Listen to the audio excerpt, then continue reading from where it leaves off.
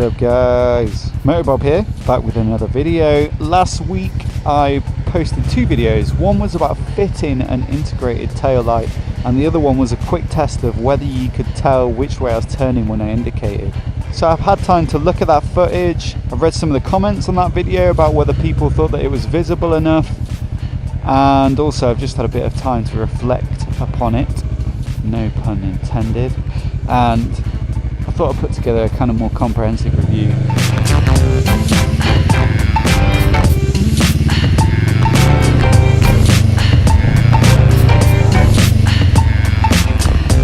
So I'll just find somewhere to park up in a moment and I can tell you all about it.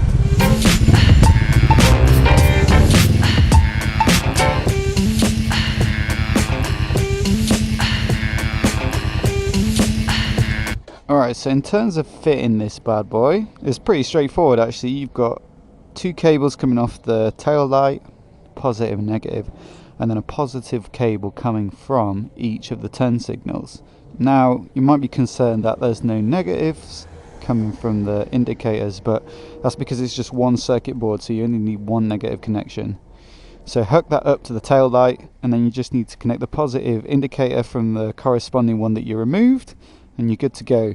I had to take these side fairings off and this little panel here, seat off of course, take out two bolts, slide the old one out, slot the new one in, cable it up, bolts back in, panels back on, this back on, seat back on, and that's it. It's pretty simple, and I think it's probably a similar process for a lot of bikes, you know, it's not a big job. One thing that you have to consider though is that LED lights are going to flash faster than traditional bulbs, so you either need to fit a resistor in line with that cable, or you can change the flasher relay, which is a little box on the ER6N. It's mounted under this fairing here, and that will change the flash rate. So if you go on eBay and search for your brand of bike or your model of bike and LED flasher relay, you should be able to find one for like a tenner. So that's what I did. I swapped that because it's neater.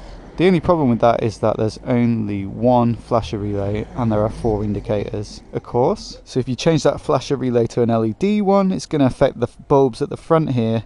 So I had to put some LED indicator bulbs in on the front. I mean, I didn't mind doing that anyway because they're probably going to last for longer. They are pretty bright, they look decent, and they draw a little bit less power as well. Not that that's a problem really with indicators, but that's just another thing to consider. There's that extra cost of putting the new relay in and the new bulbs. The resistors came with the tail light, so you could just actually fit those and save yourself the money. But as I said, I thought it was a little bit neater and a chance to upgrade the bulbs at the front. So it went on relatively easily. The only thing is that you can see it doesn't quite match up here with the line of the bodywork. There's a little bit of a lip there sticking out, and it doesn't quite sit flush on the sides. Now maybe I'll be able to take the seat off and just have a look at how it's bolted in. If I loosen them, give it a bit of a shove, I might be able to get that to sit a little bit closer to the bodywork. But there's also a chance that because it was fairly cheap, it's just not molded to the exact right shape. You can also see there's a little bit of rough plastic there where it's been molded. So the build quality is fine. I wouldn't say the one that I took out is amazing anyway, the OEM tail light, but it's not bad, especially when you consider how much I paid for it. So this one was about 30 quid, but that was shipped from inside the UK. I think you could get it even cheaper if you were willing to get one shipped from China and wait a little bit longer for the shipping. In terms of how bright it is, as a tail light, it's pretty good, and when you hit the brakes, it's bright as well. I think it's probably a little bit brighter than the original one.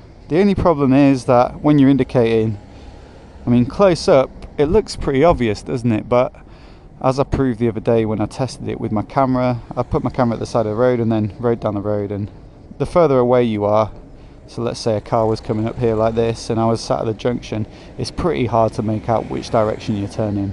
And especially if you're pressing the brakes, rolling up to the junction, the red LEDs are even brighter, so it really kind of masks the indicators.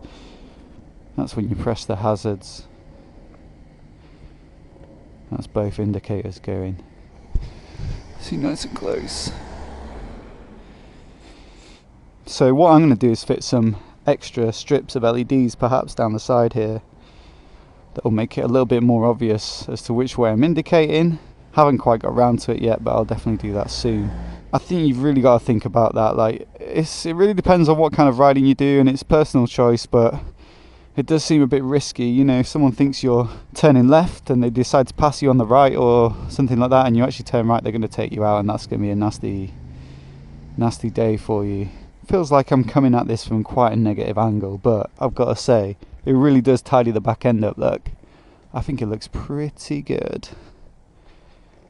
So there is that. I'm pretty happy with it.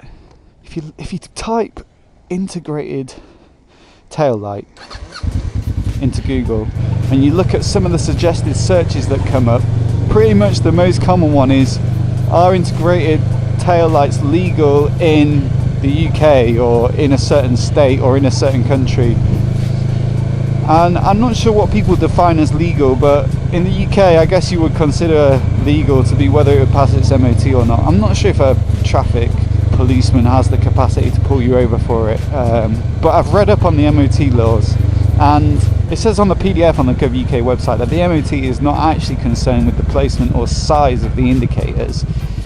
So I don't think it would fail based on that, but what I do think you could fail it on is that there's a line in there that says that the operation of any of your lights can't interfere with the operation of any of the other lights, and if you switch your indicators on, clearly you're taking out half of your tail light or your brake light.